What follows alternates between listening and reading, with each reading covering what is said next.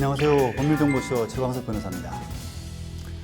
오늘은 임대차 계약과 조세 채권 이런 이야기로 말씀을 나눠보겠습니다. 먼저 임대차 계약에서 임차인에게 가장 중요한 문제, 이것은 바로 임대차 끝나고 나서 안전한 보증금을 돌려받는 것, 바로 그것일 것입니다. 자, 하지만 그에 대한 주의는 사실 매우 소홀한 것이 현실입니다. 해당 임대차 목적물의 등기부등본을 발급받아서 그 등기부등본에 표시된 저당 같은 거, 이런 부분들을 확인한 다음에 임대차 계약 목적물의 시세, 그 다음에 보증금, 이런 부분을 비교하는 그런 것 외에 추가적인 노력을 기울이지가 않습니다. 자, 하지만 이런 식의 태도는 지극히 위험할 수가 있습니다. 만약에 신분증을 위조한 가짜 임대인, 이런 사람들이 횡행하는 것이 현실인데, 이런 부분들을 아까 그런 정도의 자세로 가려낼 수가 없기 때문이죠. 자, 이런 위험들 중에서 가장 절대 간과할 수 없는 것들 중에 하나가 바로 조세 채권의 문제입니다. 조세 채권은 조세 채권 우선의 원칙에 따라서 전혀 공시되지도 않고, 그러면서 이 임대차 보증금 채권보다 배당에서 선순위를 가질 수 있기 때문에 안전한 부동산 보증금 반환에 있어서 걸림돌이 될 수가 있습니다. 조세 채권 우선의 원칙에 따라서 세금은 경공매 과정에서 다른 채권들보다 우선해서 배당이 이루어지게 됩니다.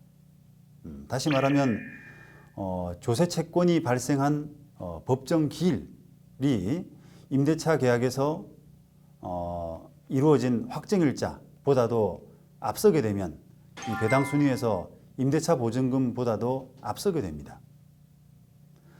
또한 법정 기일은 해당 경공매 물건의 압류 여부와도 관련이 없습니다.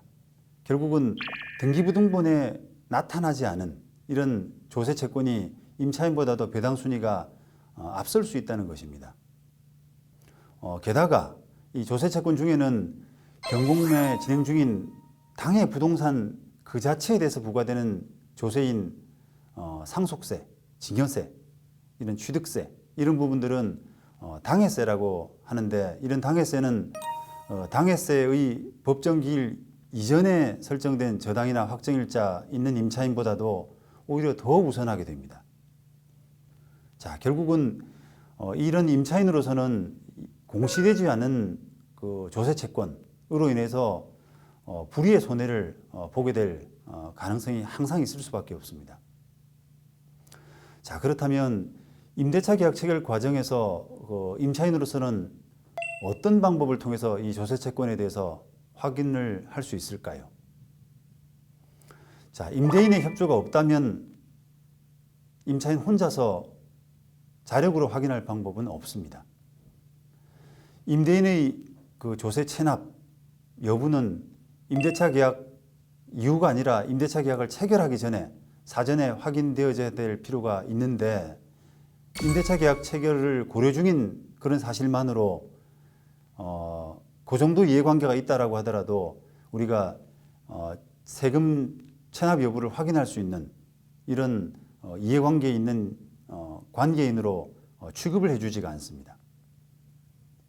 물론 하나의 방법은 임대인에게 그것을 본인의 조세 체납 여부를 확인하게 할 수 있는 방법이 있겠죠.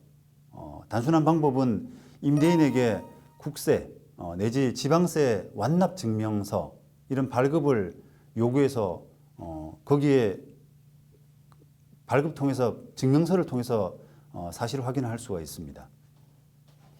자, 그런데 임대차 계약 체결 과정에서 임대인에게 조세 체납 여부를 스스로 이렇게 확인해 달라고 하기가 현재의 거래 관행상 참 쉽지가 않습니다.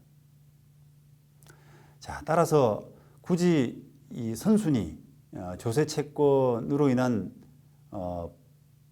불이의 피해를 만약에 방지하고자 한다면 임대차 보증금을 확보하기에 가급적 충분히 여유가 있는 담보력을 가진 그런 임대차 목적물, 다시 말하면 보증금보다도 훨씬 그 가치가 있는 비싼 임대차 목적물을 구하거나 아니면 상대방 자체가 재산이 많은 사람, 자력이 충분한 사람을 임대인으로 선택하는 정도가 최선의 방법일 수가 있습니다.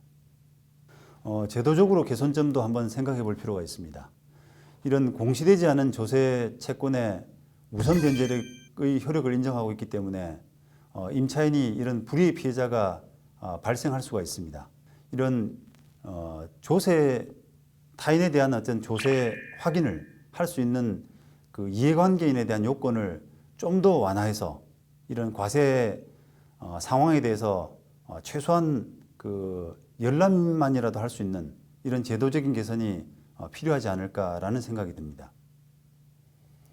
조세 체납자의 어떤 프라이버시 이런 부분도 중요하지만 조세 체납자와 법률적으로 이해관계를 가지게 되는 이런 선의 피해자의 재산권 보호도 그에 못지않게 중요하다는 점에서 적극적인 검토가 필요하지 않을까 합니다.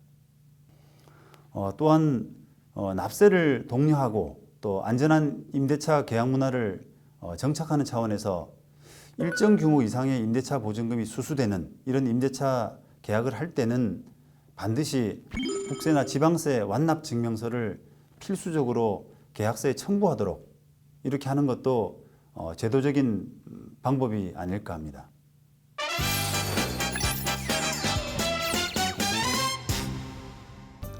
네, 오늘 이야기한 임대차 계약에서의 조세 채권의 키포인트는 안전한 보증금 반환을 위해서 반드시 조세 채권 우선의 원칙을 염두에 두어야 한다는 것입니다. 비록 등기부상에 나타나지 않는 세금이라도 보증금 반환을 위협할 수 있다, 이런 부분을 반드시 생각을 해야 됩니다. 임대차 계약 체결하는 과정에서 임대인에게 세금 완납 증명서를 요구하는 것이 가장 바람직합니다만 그것이 현실적이지 않기 때문에 임대인의 세금 체납 상황을 임대차 계약 체결하는 과정에서 확인할 수 있는 이런 제도적인 개선이 필요할 수가 있습니다. 지금까지 법률정보쇼 최광석 변호사였습니다.